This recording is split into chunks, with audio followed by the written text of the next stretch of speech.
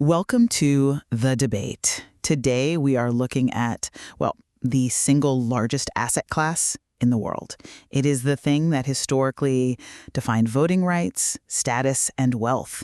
And today it is likely the biggest line item in your personal budget. We are talking about real estate.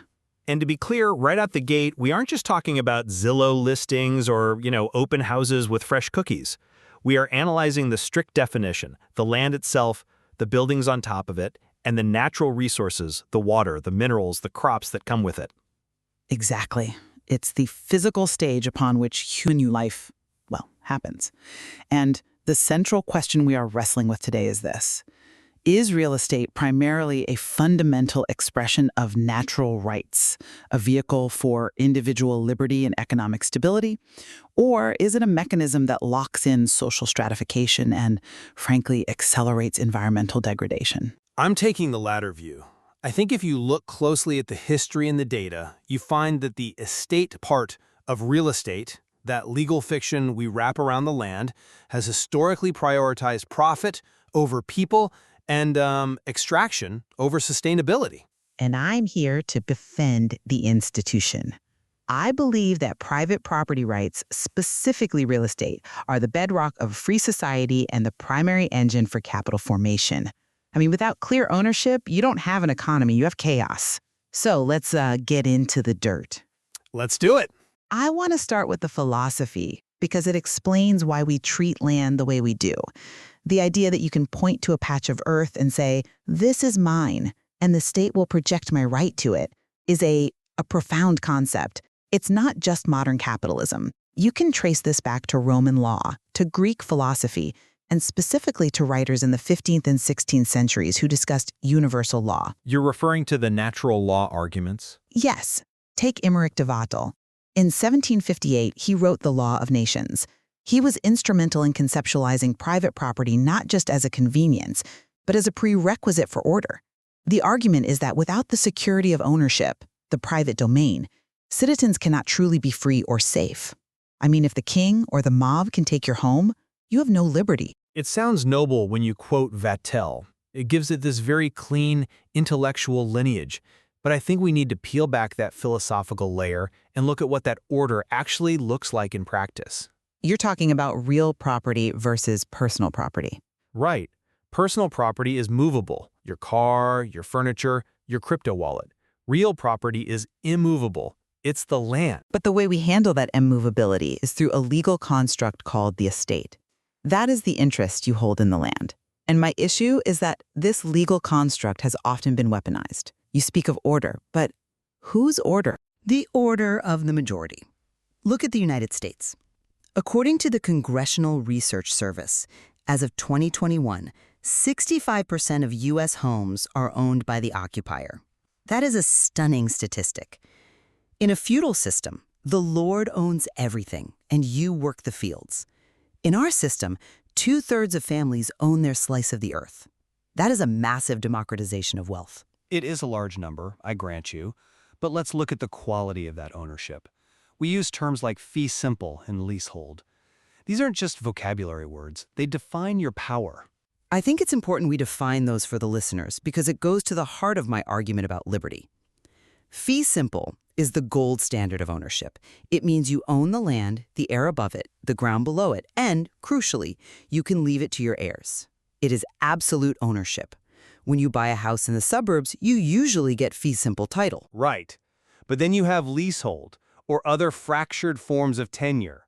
In a leasehold, you might own the building, but someone else owns the dirt, and your ownership expires after, say, 99 years. Or look at a condo. You own the airspace inside your unit, literally the paint to the paint, but you share ownership of the structure. The complexity of these estates often serves to concentrate control. And historically, that control was acquired through means that were anything but natural law. Are you referring to the origins of the American market? I am. You cannot talk about American real estate without talking about the Louisiana Purchase of 1803. In business schools, it's taught as the greatest real estate deal in history. Because it was. Thomas Jefferson paid $15 million. Which breaks down to about 4 cents an acre. Exactly. 4 cents an acre to double the size of the country. It paved the way for Western expansion. It created the inventory that allowed millions of poor immigrants to come over and become landowners, something they never could have done in Europe. Paved the way is doing a lot of heavy lifting there.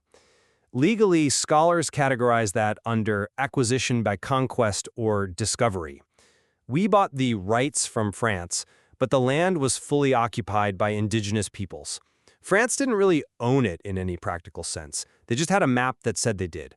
That natural right to property you mentioned, Vatel praising, it apparently didn't apply to the people actually living on the land.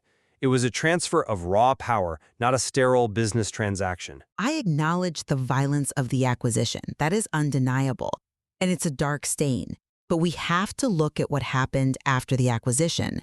Once that land was brought into the legal fold, the system that was built, the surveying, the recording of deeds, allowed for a stability that didn't exist before. You mentioned business schools. Let's talk about the industry itself. It moved from the Wild West to a profession. A profession of gatekeepers. A profession of standards. The oldest real estate brokerage in the U.S., Baird & Warner, started in 1855. The National Association of Realtors was founded in 1908. Before that, it was chaos. You could buy a farm and find out 3 other people thought they owned it. These organizations established a chain of title. When you buy a house today, you know you own it because of that infrastructure. That professionalization protects the little guy just as much as the big guy. Does it? Let's talk about who that professional infrastructure was designed to protect. The National Association of Realtors, which you cite as a beacon of order, presided over decades of segregation. We had the National Housing Act of 1934 and the Banking Act of 1933. Which saved the banking system during the Great Depression. They stabilized the banks, yes. They created the 30-year mortgage, which is great. But they also institutionalized redlining. The government maps explicitly graded neighborhoods. Green was good, red was hazardous. And red almost always meant black populations. We were looking at this through a modern lens, though. We have to. The Fair Housing Act didn't pass until 1968. That means for the first 60 years of this professional industry, it was legal and often policy to discriminate in renting, buying, and financing based on race. The stability you love was purchased by excluding entire demographics from building equity. You can't separate the asset class from that history because wealth compounds. If you were locked out in 1940, your grandkids are feeling it in 2026. I agree that the history is flawed, but the mechanism of real estate, the ability to hold and transfer value, is neutral. The policy was bad, the asset is good.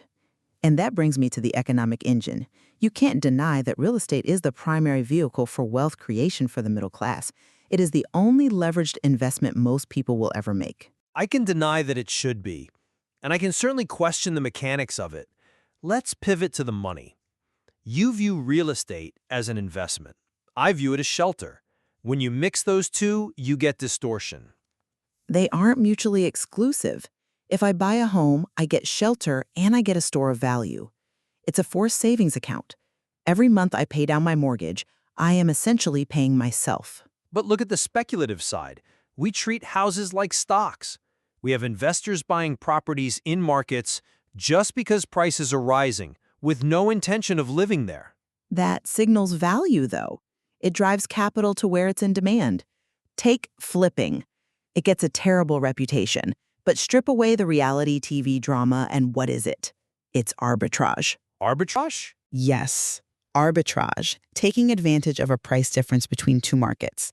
An investor finds a property that is undervalued because it has a hole in the roof or, 1970s plumbing. The market has discounted it heavily.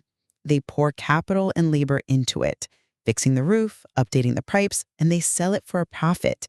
They have improved the housing stock. That is value creation, not extraction. If they didn't do it, that house would rot. In an ideal world, maybe, but often that flipping is purely cosmetic, gray laminate floors and white paint over structural issues, or it's just riding a bubble. And speaking of bubbles, if real estate is such a stable store of value, explain the crashes. Markets fluctuate. That's the nature of economics. Fluctuate is a very gentle word for what happened in 1929. The stock market crashed, and in the 4 years that followed, real estate values depreciated by 50%. Half the value of the nation's housing stock evaporated. That destroys lives. If your safety net can lose half its value in 4 years, it's not a safety net. It's a gamble. And we saw it again in 2008. But look at the response to that 1929 crash. That's my point about the resilience of the system. We didn't just let it rot. We created Fannie Mae in 1938. A government bailout mechanism. A structural innovation. Before Fannie Mae, a bank had to hold your mortgage for the full term. If they ran out of cash, they couldn't lend to anyone else. Fannie Mae was created to buy those mortgages from the banks, giving the banks fresh cash to lend to new homeowners. It created liquidity. It proves that the real estate market can evolve to support the population. It proves the market is so volatile it requires massive federal backstops to function. And on the high end, it's even worse. The source material notes that luxury real estate in London and New York is essentially a safety deposit box for global corruption. Foreign officials use shell companies to buy penthouses, not to live in, but to launder money and protect it from seizure at home. Those are criminal edge cases. You don't judge the entire auto industry by bank robbers who use getaway cars. You do if the car is designed specifically to hide the robber. The opacity of real estate ownership, the ability to hide behind LLCs, is a feature, not a bug. We can argue about regulation, but I want to pivot to the physical reality of the asset. We've talked about laws and money, but real estate is dirt and timber. You mentioned earlier that the industry prioritizes profit over the planet. In 2019, the real estate sector was responsible for 39% of total global emissions. 39%? Nearly 40%. And here is the kicker. 11% of that wasn't from heating or cooling. It was solely from manufacturing the materials, the concrete, the steel, the glass. We are literally burning the atmosphere to build these assets. I'm glad you brought that up, because this is where the industry is actually making its biggest strides. You are looking at legacy data. The modern real estate market is obsessed with efficiency. Since the 1970s, coinciding with the World Commission on Environment and Development, we've seen the rise of green development. Is it substantive change, or is it just marketing brochures with pictures of leaves on them? It is substantive. Look at LEED certification. Look at the demand for green infrastructure. But more importantly, look at how the market prices risk. Today, you almost cannot close a commercial deal without an environmental site assessment, or ESA. Explain what that is for the listener who hasn't bought a warehouse lately. An ESA is a due diligence report. A surveyor goes out to check for contamination, oil in the soil, asbestos, groundwater issues. If the land is sick, the deal dies or the price collapses. The market is explicitly putting a price tag on environmental health that forces owners to be better stewards. If you pollute your land, you lose your equity. That is a very optimistic take. I see it differently. I think the profession of environmental surveying is what we might call a self-licking ice cream cone. How so? The industry degrades the land for a century. Then it creates a cottage industry of surveyors to tell us how degraded it is. Then we pay developers to remediate it and call it green. It's a profit cycle based on fixing our own mess. And even with green buildings, look at the macro layout. Sprawl. You mean the suburbs? I mean the list of detached dwellings, mansions, villas, split-level homes. This model requires massive amounts of land per person. It requires miles of asphalt roads, more pipes, more wires. You can put a solar panel on a villa, but if that villa replaced a forest and requires a 40-minute commute in a car, it is not green. But that is what people want.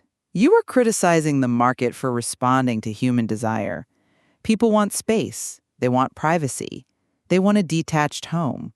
Real estate developers are just organizing space to meet human needs. Organizing space is a very sterile way to put it. We are turning wild animals and growing crops, which are part of the definition of real estate, into paved subdivisions. We are extracting utility from the earth at a rate that is unsustainable. But what is the alternative? Cramming everyone into high-rises? The beauty of our system is the variety of tenure. We have condominiums where you share the land. We have housing cooperatives where you own shares in a corporation. We have townhouses. This diversity allows people at different economic levels to enter the market. It allows entry, sure, but it also creates a hierarchy. The fee-simple, single-family home is the dream, and everything else is a compromise. And frankly, the complexity of things like co-ops often serves as another layer of exclusion. Have you ever tried to get approved by a co-op board in New York? It's not just about money, it's about social acceptability. It's about protecting the community's interest. That is the essence of real estate, balancing the individual right with the collective value. And I argue the balance is off. I think we need to zoom out to conclude. Despite the flaws, despite the redlining of the past and the omissions of the present, I keep coming back to the fundamental utility. For the average family, the home is the only leveraged investment they will ever make. It is the only way they can turn a monthly expense, shelter, into an asset, equity. It is a powerful tool, I don't deny that, but it is a dangerous one. We are tying the financial future of the middle class to an asset that is physically vulnerable to climate change, which the asset class itself is driving.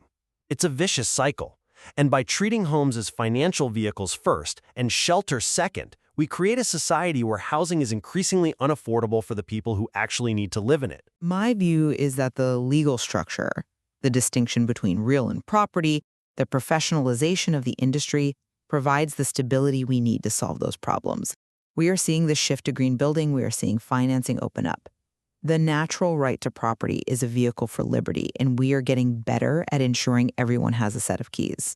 And my view is that we need to stop looking at the estate, the profit, the rights, the flipping, and start looking at the real, the land, the water, the community.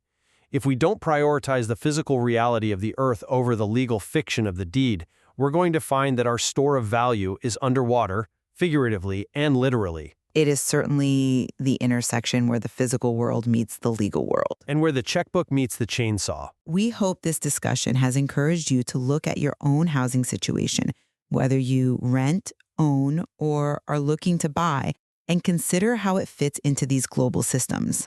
Dig into the history of your own deed. You might be surprised what you find. Thank you for joining us on The Debate. Goodbye.